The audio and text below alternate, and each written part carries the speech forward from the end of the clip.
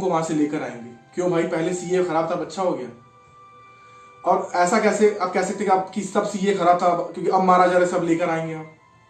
पहले भी अगर मैं बता दूं 1980 से पहले जो जो सरकारी आंकड़े थे वहां पे केवल काबुल शहर में 50,000 से ज्यादा सिख रहते थे। बाकी बाकी अफगानिस्तान में ऑब्वियसली 1 लाख या उससे ज्यादा रहते होंगे। आज जो सरकारी आंकड़ा है, काबुल में सिर्फ 3,000 सिख रह रहे हैं। और जो अनऑर्गेनाइज्ड या कह सकते हैं जिनकी जिनकी काउंटिंग नहीं हो पाई है, मैं जहां तक जो जो सोर्सेज मुझे फेसबुक के थ्रू या गूगल के थ्रू मिले कि हिंदू कुश पहाड़ियों पे भी काफी सिख और हिंदू फैमिलीज रहती हैं छुप के, जो हजारों साल पहले वहां के बौद्ध साधुओं ने या बौद्ध भिक्षुओं ने जो गुफाएं बनाई थी उनमें वो अपनी आइडेंटिफाई डिस्क्लोज नहीं करते पब्लिकली। तो आप देख सकते हैं कि डर के माहौल में रह रहे हैं बांग्लादेश, अफगानिस्तान और पाकिस्तान में हिंदू, सिख और पारसी कह सकते हैं, या थोड़े बहुत जैन भी हो सकते हैं उसमें। ऐसे लोगों को वहां से लेके आना एक मानवीय कदम था, पर जिसको जानबूझ एक राजनीतिक कदम दिया गया और उसको अमानवीय, असंवैधानिक बताया गया। आज चूंकि ये अब इंटरनेशनल न्यूज बन रही सीए के बाद, इसका भी ख्याल रखना चाहिए, क्योंकि जब देश का बंटवारा हुआ था तो सिर्फ 10% हिंदू बचे थे पाकिस्तान में, आज सिर्फ 2% है। 8% कहां गए? यहां मॉब लिंचिंग में कुछ लोग मर जाते हैं, सिर्फ एक या दो। आप पहलू खान या इस इक्का दुक्का नाम जोड़े, कितना भी लेकर आ जाए आप पूरे भारत के न्यूज़पेपर आर्टिकल्स निकाल के, तो भी सिर्फ 15 से 20 ज्यादा लोग आपको नहीं मिलेंगे, मैक्स टू मैक्स। वो भी आधे ज्यादा फेक केसेस मिलेंगे मॉब लिंचिंग या किसी भी चीज के। बट यहां पे क्या हो रहा है? यहां पे लाखों लाख की जनसंख्या एक दशक के अंदर खत्म हो रही है, पर किसी के कान में एक जू तक नहीं रहेगा। ऐसा क्यों? क्या वहां के लोग मानव नहीं है? क्या वो हमारे भाई नहीं है? क्योंकि देखिए, हम श्रीलंका से हिंदुओं को लाने की बात नहीं कर रहे थे सीए में, हम लाने की बात करते पाकिस्तान, अफगानिस्तान और बांग्लादेश, जो बंटवारे में रह गए थे, किसी कारणवश नहीं आ पाए थे। कुछ लोग थे जो समझना ही नहीं चाह रहे इस बात को, और अभी भी नहीं समझना चाह रहे कि वहां पे लोग खतरे में हैं। आप फेसबुक के थ्रू फ्रेंड रिक्वेस्ट भेजिए। मेरे काफी बांग्लादेश में दोस्त हैं जिनके साथ मैं कई सालों से जुड़ा हुआ हूँ। पाकिस्तान में दोस्त है, कई सालों से जुड़ा हुआ हूँ। वहां के सिख हैं, वहां के हिंदू हैं, एक पारसी भी था। आई डोंट नो मुझसे मेरी बातचीत होती कि नहीं होती।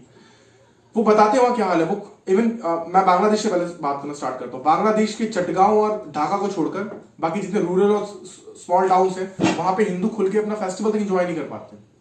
ढाका और चटगांव में चीजें थोड़ी अच्छी हैं, वहां थोड़ा एजुकेटेड लोग कह सकते हैं, ओपन माइंडेड लोग कह सकते हैं, वहां पे एंजॉय करते हैं वो खुल के, जैसा कि मेरे को इन्फॉर्मेशन मिलती है मेरे दोस्तों के थ्रू। पाकिस्तान में सिर्फ सिंध एक स्टेट है जहां पे माइनॉरिटीज थोड़े खुश हैं, जहां पे वो थोड़ा एंजॉय कर पाते हैं अपनी फेस्टिवल्स को, अपनी रिलीजियस प्रैक्टिस को खुल के कर पाते हैं। बाकी सिंध के बाहर वो जाना भी नहीं चाहते, क्योंकि बलूचिस्तान, पख्तूनिस्तान और पाकिस्तान जो पंजाब स्टेट है पाकिस्तान का, और गुलाम कश्मीर है, वहां पे क्या हालात है तो सबको पता है। वहां पे तो शिया सुरक्षित नहीं है और बाकी अहमदियन सुरक्षित नहीं है, तो हिंदू, सिखों और पारसों की बात ही छोड़ दीजिए। उनको जब वहां से लाने की बात की जा रही थी, वो भी जो ऑलरेडी 2014 में आ चुके थे, उनको भारत का नागरिक बनाया जा रहा था, तो भी लोगों के सीने पे सांप लूट जा रहा था। धर्मनिरपेक्षता खतरे में आ जा रही थी। आज कैप्टन अमरिंदर सिंह लोगों को लाना चाहते हैं, तो यही वो दोहरा चरित्र है धर्मनिरपेक्षता का या संविधान बचाओ गैंग का, जिसको हम बार बार उजागर करते हैं। हम किसी मोदी या किसी के भी समर्थक नहीं है, हम सच के, सत्यम परम धीमहि, हम सत्य को पहले मानते हैं। जो सही कहेगा हम उसको फॉलो करेंगे। हम अफगानिस्तान के हमले में 27 सिख मारे गए और 4 गंभीर रूप से घायल हुए।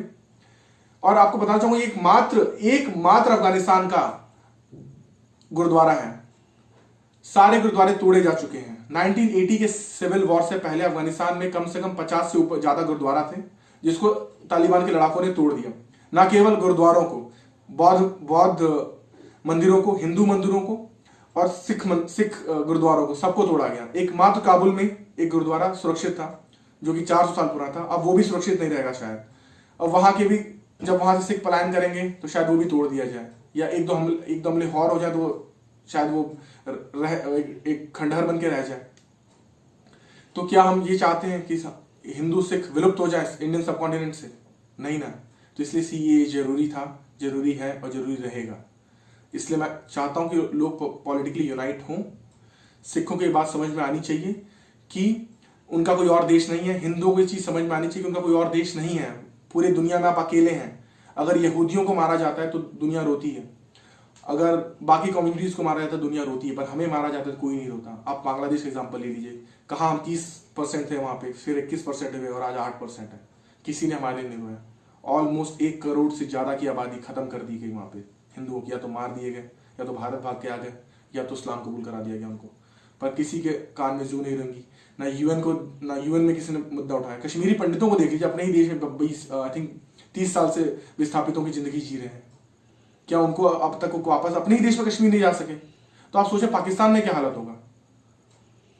आप मेरे कई सारे दोस्त हैं कश्मीर के जो बातें करते हैं कि हाँ उनके साथ बड़ा बुरा हो रहा है, चलिए मैं मान रहा हूँ बड़ा बुरा हो रहा है, पर कभी ये नहीं कहते नहीं उनके साथ गलत हुआ कश्मीरी पंडितों के साथ। जब कश्मीरियत की बात आती है तो कभी ये नहीं कहते कश्मीरियत का मतलब कश्मीरी पंडित भी नहीं, कश्मीरी पंडित को एक्सक्लूड कर देंगे। और जो कश्मीर के शिया वो भी जानते हैं कि जिस दिन वहां से हिंदू पूरी तरह से खत्म हुए फिर शियाओं को मारा जाएगा। क्योंकि मेरा एक रूममेट शिया रह चुका है, मैं जानता हूँ शिया क्यों प्रो इंडिया रहते हैं, उनको अपनी सलामती की नीड है। तो हमें ये बात समझना चाहिए कि CAA या NRC या जो भी है ये हमारे देश हित में था, हमें इसे बांग्लादेशियों को निकालना था, क्योंकि देश का बंटवारा ही धर्म के आधार पर हुआ था। हमने धर्म की बात नहीं की थी। अगर कोई कहता भी है मेरी कम्युनिटी से तो मैं उसको कहता हूँ उसका बहिष्कार होना चाहिए। हम बंटवारा नहीं चाहते, हम सब मिलके साथ रहना चाहते हैं। बट कुछ लोग हैं जो साथ मिलके नहीं रहना चाहते, खासकर पाकिस्तान की जैसे लोग। हाँ, बांग्लादेश में अब चीजें शेख हसीना के आने के बाद अच्छी हुई हैं, पर शेख हसीना क्या आज है हमेशा रहेगी? तो वहां पे लोग अगर अनसेफ फील करें तो कहाँ भाग करेंगे? ऑब्वियसली इंडिया ही भाग कराएंगे। हमारे पास और कौन सा देश है? अगर हम कनाडा की बात करते हैं, कनाडा में अगर मारा जाए तो कहाँ भाग के जाओगे? इंडिया ही आओगे ना। तो जो कोई मेरा वीडियो देख रहा है, खासकर पंजाबी कम्युनिटी का, प्लीज अगर आप कनाडा में भी आपके दोस्त हो या रिश्तेदार हो उनको भी वीडियो भेजिएगा। कनाडा के लोग भी, मैंने उनसे फेसबुक बातें की, वो भी काफी मिसगाइडेड है CAA के मुद्दे पे। आपको समझना चाहिए कि हम ही बचा के लाएंगे। अगर वहां पे कुछ सिखों को मारेगा, कोई हिंदुओं को मारेगा, कोई पारसियों को मारेगा। हमने विश्व की सारी जनसंख्याओं को बचाया, हमने तिब्बतियों को बचाया है, हमने रोहिंग्यास को भी बचाया था। हमको रजिस्टर्ड सिटीजन नहीं मानना चाहते यहाँ पे, या बहुत देर तक नहीं रहने देना चाहते, ये बात अलग है। पर हाँ, हमने हर संस्कृति को बचाया है। हमने यहूदियों तक के पूरे वर्ल्ड पे अत्याचार हुआ है, पर सिर्फ भारत ऐसा देश है जहाँ पे यहूदियों पर अत्याचार नहीं हुआ है। आप पुणे में देख सकते हैं यहूदियों की कॉलोनी है, गुजरात में रहते हैं, कोलकाता में रहते हैं काफी यहूदी। ऑलमोस्ट इंडिया में आई थिंक 30,000 या 35,000 के आसपास यहूदी हैं भारत में। वो शांति से रह रहे हैं। हम किसी को नहीं मारते, हम शांति से रहना चाहते हैं। पर जो हमारे लोग मारे जा रहे हैं उनको हम लेकर तो आएंगे ना, ऑब्वियसली हम लेकर आएंगे उनको।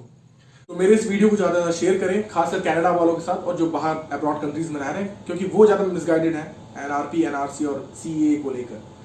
तो इस वीडियो को ज्यादा शेयर करें। और अगर आप मेरे इस वीडियो को फेसबुक पे देख रहे हैं तो मेरे पेज I am with गौरव त्रिपाठी को लाइक करना ना भूलें। और साथ ही साथ अगर यूट्यूब पे देख रहे हैं तो मेरे यूट्यूब चैनल द इंडियन वीज TIV को सब्सक्राइब करना ना भूलें। और हाँ, बेल आइकन को प्रेस कीजिए ताकि कोई नया वीडियो जब अपलोड करें तो आपको मिल जाए। And last but not the least, stay at home to stay safe. Jai Hind.